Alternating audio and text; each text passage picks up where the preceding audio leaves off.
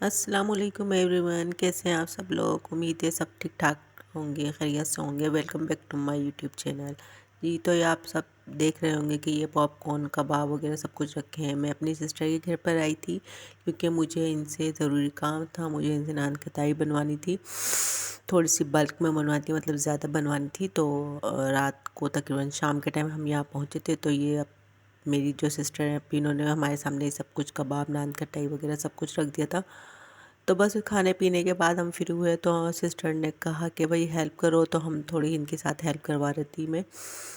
तो ये मैदा छाना सिस्टर ने, इसके बाद ये चीनी को पीस के उसको ये छान रही है, क्योंकि भाई सब कुछ छान के ही इसमें डाला जाता है कि कोई भी कुछ थोड़ा सा भी ज़रा ना आ जाए। तो इसके साथ ही इसमें बेकिंग सोडा ऐड कर रही हैं और बेकिंग पाउडर इसके बाद ये ऐड करेंगी। तो आप लोग सोच रहे होंगे कि इन्होंने ये इतनी इतनी ज़्यादा तादाद में किस चीज़ के लिए, किस वजह से ये चीज़ बन रही है। तो आगे चल के आप लोगों को पता चल जाएगा कि ये मैं क्यों बनवा रही थी।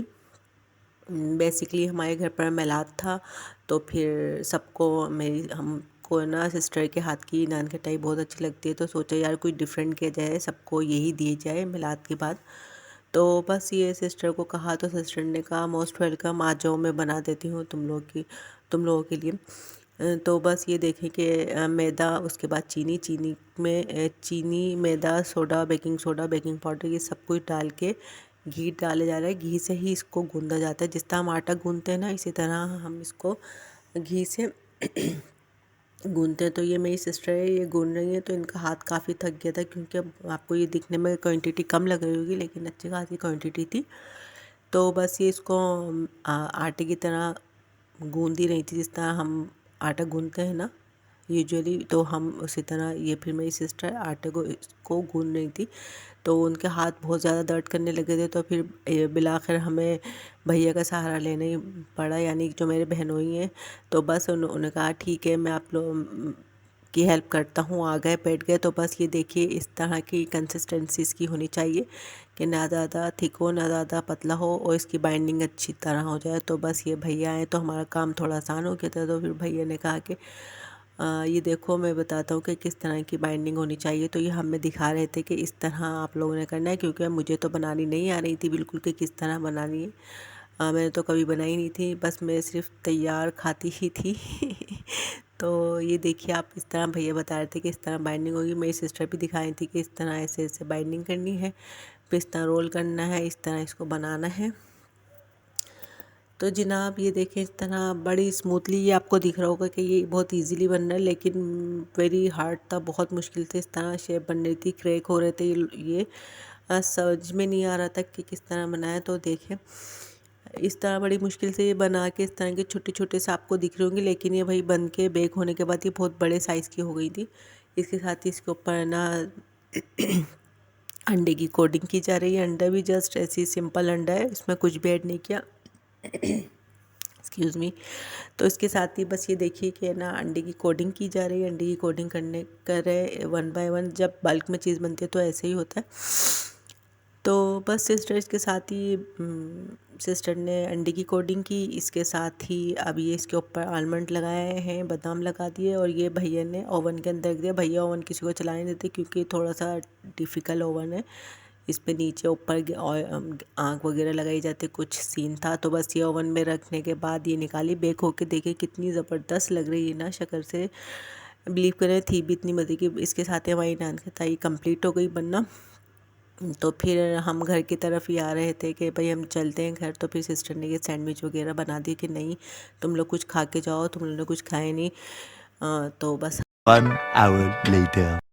जनाब खा पी के घर से निकले, बस घर पहुँचे अपने। फिर हमने घर आए, घर आके काफ़ी देर के बाद खाना वाना खाया। खाना खाने के बाद हम फ्री हुए, सो गए, क्योंकि सुबह जल्दी उठना था, क्योंकि मेरे इन लॉज में मिलाद भी था। तो सुबह उठी हूँ, उठ के बस आपकी बहन को तो पता है आप लोगों को सिंपल सा नाश्ता है, चाय पराठा, वो आप लोगों के साथ क्या शेयर करती। तो मैंने सोचा चलो आप आगे की डिटेल शेयर की जाए। तो इसके साथ ही मैंने अपना ड्रेस प्रेस किया, जो कि आप लोगों को आगे चल के पता चलेगा कि ये तो मैंने पहना ही नहीं। इसके साथ ही मैं अपना रूम सेट कर रही थी, ब्लैंकेट वगैरह ठीक कर रही थी। एक तो ये सर्दियाँ जाने का नाम ही नहीं ले रही हैं। फिर मैं रेडी होके नीचे पहुंची हूँ तो नीचे टीवी पे ये कुछ नाते वगैरह प्ले हुई हुई थी, क्योंकि वेट किया जा रहा था कि सब आ जाएं तो फिर यासीन शरीफ पढ़े, इसके साथ ही मिलाद शुरू कर दी जाए। मिलाद रखनी थी घर पे तो मिलाद होनी थी, तो बस हम सब वेट कर रहे थे कि भाई सब लोग जमा हो जाएं तो फिर यासीन शरीफ पढ़ ली जाए ताकि ना इसाले सवाब किया जा सके। तो जनाब ये देखें यासीन शरीफ है। यासीन शरीफ को खोला मैंने तो मैंने सोचा आप लोगों को भी दिखाया जाए कि भैया मेरी सिस्टर्स और मेरी भांजियाँ वगैरह इन लोगों को, ये लोग भी इनवाइटेड थे। तो जनाब बस ये सब ये लोग भी पढ़ने बैठे हैं, हम लोग पढ़ रहे थे यासीन शरीफ। Few moments later. यासीन शरीफ पढ़ के फ़ारिग हुए हम लोग तो मिलाद वाली आंटी आ गई थी। घरों में आप लोग को पता है कि ऐसे ही बस होता है, छोटा मोटा सा वैसे मिलाद रखा था हम लोगों ने कि नहीं हुआ था काफ़ी अर्से से, तो सोचा कि क्यों ना मिलाद कर दी जाए। तो बस ये हम लोग सब मेरी फैमिली वाले इधर साइड पे बैठे हुए थे तो मैं इनके साथ ही बैठ गई थी। तो आंटी मिलाद पढ़ा रही थी, साथ ही इनको फिर हमने मिलाद के मिड में इनको फिर ये गजरे वगैरह पहनाए। मिलाद कंटिन्यू था, इसके साथ ही बस ये मिलाद ख़त्म होने को था तकरीबन, तो हम सलाम के लिए खड़े हो रहे थे सब। तो बस ये आंटी आखिरी आखिरी का मिलाद चल रहा था हमारा, तो मैंने सोचा आप लोगों के साथ शेयर कर दिया जाए थोड़ा बहुत ये मिलाद। बस ना जाऊं कयामत में मौला कहीं, बस ना। Few moments later.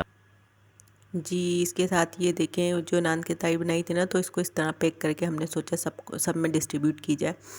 तो जनाब मिलेंगे फिर किसी नए व्लॉग में किसी नए टॉपिक के साथ।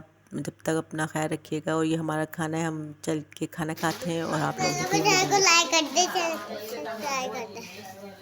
Bye bye. अपना ख्याल रखिएगा। Have a nice day, take care. मेरे ब्लॉग को लाइक शेयर एंड सब्सक्राइब कर दें। Take care, bye bye.